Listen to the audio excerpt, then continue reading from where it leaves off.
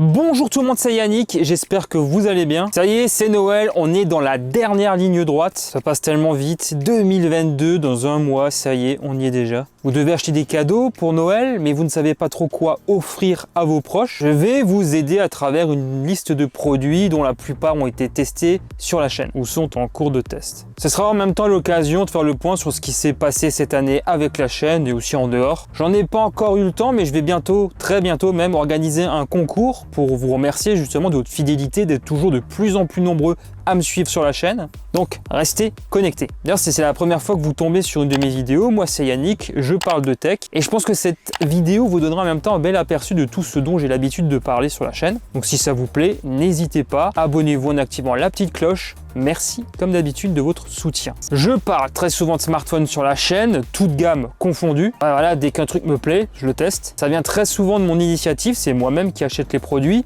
Parfois il m'arrive d'avoir des collaborations, notamment avec certaines marques comme Vivo ou Poco, pour ne citer que ces deux exemples. J'ai proposé un nouveau format sous forme de sélection de smartphones sur la chaîne, les meilleurs smartphones à moins de 200, 400 et 600 euros. Il y a eu 3 vidéos pour le moment. C'est quelque chose qui visiblement vous a plu. En 2022, je pense continuer ce type de format. Je vous invite à aller les voir si vous voulez avoir des idées cadeaux smartphones à mettre sous le sapin. Pour ma part, en 2021, je vais retenir quelques smartphones qui m'ont particulièrement fait vibrer, si je peux dire ça comme ça.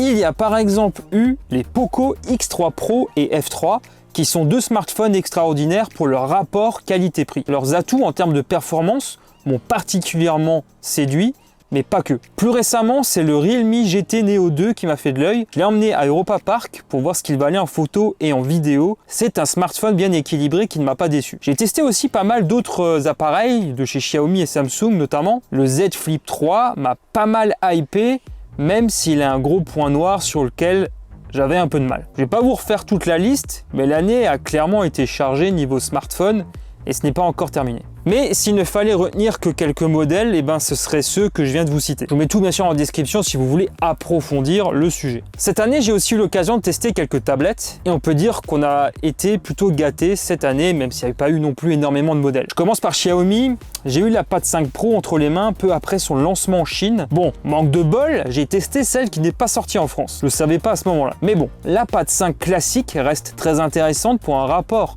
qualité-prix vraiment top. Ses performances sont partie de ses forces. Le Snapdragon 860 n'est certes pas le plus puissant SoC, mais se montre suffisamment vaillant pour faire tourner les jeux les plus gourmands de manière assez convaincante. Sinon, j'ai aussi aimé la Samsung Galaxy S7 FE qui existe en version 5G ou juste Wi-Fi. Il y a aussi Amazon avec sa nouvelle Fire HD 10 qui profite d'un rapport qualité-prix très intéressant, mais ne bénéficie pas de service Google, je le précise si jamais vous l'ignorez. Il y a bien entendu d'autres produits qui me passionnent, notamment les montres et bracelets connectés. Ça aussi, ça pourrait être une excellente idée cadeau justement. Comment ne pas commencer par un de mes chouchous encore cette année, le Xiaomi Mi Band 6 qui reste un de mes plus fidèles compagnons. Il propose un écran plus grand, de nombreuses fonctionnalités et toujours un prix très compétitif.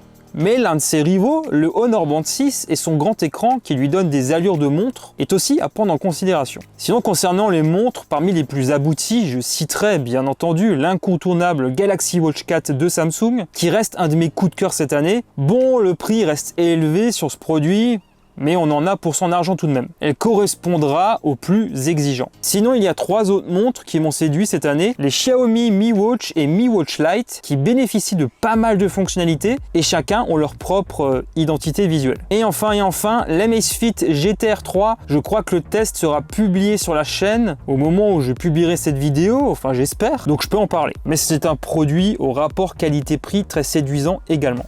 Avec ces produits, on pourra entre autres consulter les notifications, suivre son activité physique et ainsi que les différentes statistiques de santé comme le sommeil par exemple, ou la fréquence cardiaque bien entendu, et même accéder à des assistants vocaux comme avec Amazon Alexa par exemple. C'est quelque chose que l'on retrouve de plus en plus sur certains bracelets et montres connectées. Je poursuis avec d'autres produits tout aussi attrayants que j'aime beaucoup. Les sticks et autres box télé qui sont des sortes de portails qui vous permettent d'accéder ainsi à vos contenus disponibles sur vos plateformes de SVOD préférées. L'an dernier, j'avais testé un produit qui est juste la plus grosse vidéo de ma chaîne, le Chromecast avec Google TV. Ce dernier se distingue avec une interface remaniée, une télécommande. Si on reste dans la même famille de produits, je pourrais aussi vous citer le Mi TV Stick de Xiaomi, qui reste cependant bien moins puissant. Mais les plus exigeants préféreront sans aucun doute les performances d'une Nvidia Shield TV, qui reste à mon sens toujours la référence dans le domaine. La concurrence n'est pas larguée pour autant, notamment portée par Amazon et sa flopée de sticks Fire TV, dont le plus puissant représentant a été testé récemment sur la chaîne, le Fire TV Stick 4K Max, vendu d'ailleurs très souvent à un tarif assez compétitif. A noter qu'Amazon propose aussi une sorte de box avec son cube, qui sert aussi d'enceinte Alexa d'appoint. Pour ceux qui préfèrent la pomme, c'est le seul produit Apple que j'ai testé sur la chaîne, la dernière Apple TV qui est très performante, très puissante, sans forcément se montrer hors de prix, ça c'est quand même bon de le noter. Pour piloter sa domotique ou juste écouter de la musique, il existe aussi des solutions très intéressantes. Moi personnellement, mon choix s'était porté sur les deux mastodontes du secteur qui sont Google et Amazon. Tout le monde n'aimera pas forcément passer par eux, mais bon, ce n'est pas le débat ici. On peut piloter ses lumières, ses volets roulants, sa porte de garage, son chauffage et une galaxie très importante d'objets connectés qui gravitent autour, simplement avec Alexa et Google Assistant. Ces assistants vocaux intelligents sont présents sur nos smartphones, mais aussi sur des enceintes et écrans connectés. J'en ai testé pas mal sur ma chaîne justement durant l'année qui vient de s'écouler. J'ai encore un bon souvenir de l'enceinte de Xiaomi et l'écran connecté Google Nest Hub 2 que j'utilise encore. Mais aussi des écrans Echo Show d'Amazon et autres Echo Dot, les enceintes, dont j'ai beaucoup parlé si vous préférez plutôt cet écosystème. Que vous préférez de façon l'un ou l'autre, vous trouverez très facilement votre bonheur. Il y a tellement de choix sur le marché, il faut dire. Alors s'il y a bien un truc dans la tech dont on ne manque pas, c'est bien les écouteurs Bluetooth True Wireless. Ces écouteurs Bluetooth sont très populaires et je pense que l'on va en retrouver des tonnes sous le sapin. Cette année, j'en ai testé plein. J'ai bien aimé la proposition de Samsung avec ses Buds 2 et Buds Pro. Ils bénéficient de certaines fonctionnalités exclusives à l'écosystème de Samsung.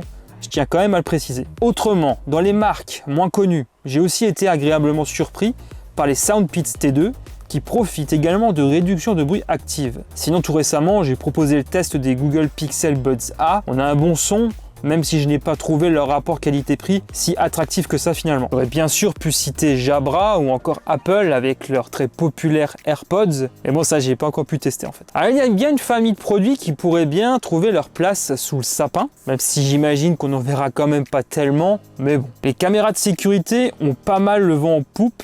Je vais vous le dire, moi il y a deux marques qui se distinguent pour leur rapport qualité-prix, c'est Reolink et Xiaomi. J'ai beaucoup testé leurs produits sur la chaîne et à chaque fois j'ai été conquis par ces deux marques. On a pas mal de fonctionnalités, des applications qui sont très ergonomiques et une grande facilité d'installation.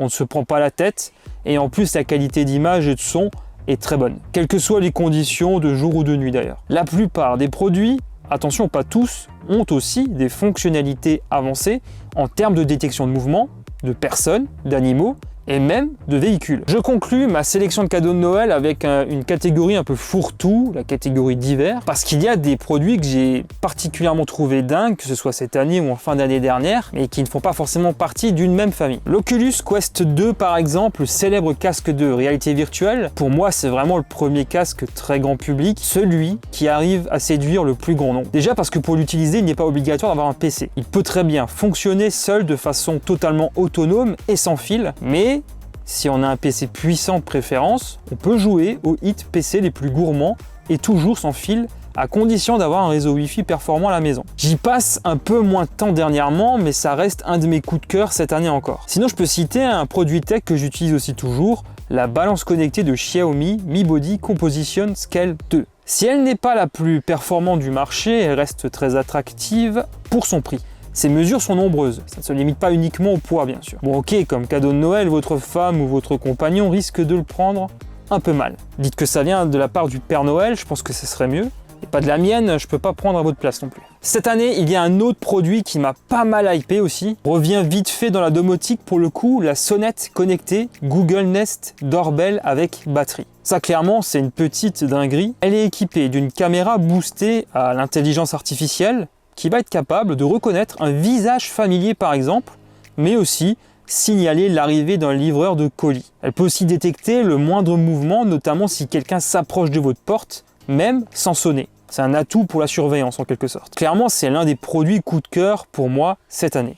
Bon, vous allez me dire aussi, le prix est en conséquence, c'est 200 balles, quelque chose comme ça. Bon là, je pense que j'ai réalisé une assez grosse sélection. Et vous, n'hésitez pas non plus à me dire ce que vous voulez comme cadeau tech à Noël, juste en bas en commentaire. Et en même temps, je vais en profiter pour vous demander ce que vous voudriez voir à l'avenir sur la chaîne, s'il y avait des catégories, des familles de produits que je n'ai pas encore évoquées, mais dont vous voudriez que je fasse des vidéos. Qu'est-ce que vous aimeriez voir? C'est vous qui décidez. Actuellement, j'ai pas mal de trucs en attente. Je vais bientôt reparler NAS. C'est un sujet sur lequel je ne suis pas revenu maintenant depuis plus d'1 an. Écran aussi. On va parler écran, mais pas tout de suite. Il y en a un qui va arriver bientôt. À l'avenir, j'aimerais aussi faire des lives. Il y aura peut-être des collègues youtubeurs aussi qui vont y participer, qui ont manifesté en tout cas leur intérêt pour ce projet. Je vous en parlerai un peu plus tard. Ce sera notamment peut-être dans le cadre de lancement de futurs gros produits. Voilà, je pense que là, vraiment, je vous ai fait le tour et en même temps, j'ai fait un petit point sur la chaîne et sur ce qui allait arriver bientôt. Bien sûr, vous retrouvez tout en description, comme j'ai dit à plusieurs reprises durant la vidéo. J'espère vraiment que vous allez tous passer d'excellentes fêtes de Noël. Voilà, on arrive désormais à la fin de cette vidéo. Comme d'habitude, si elle vous a plu,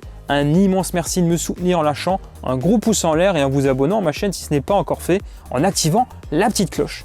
Pour ma part, je vous retrouve très bientôt pour de nouvelles vidéos.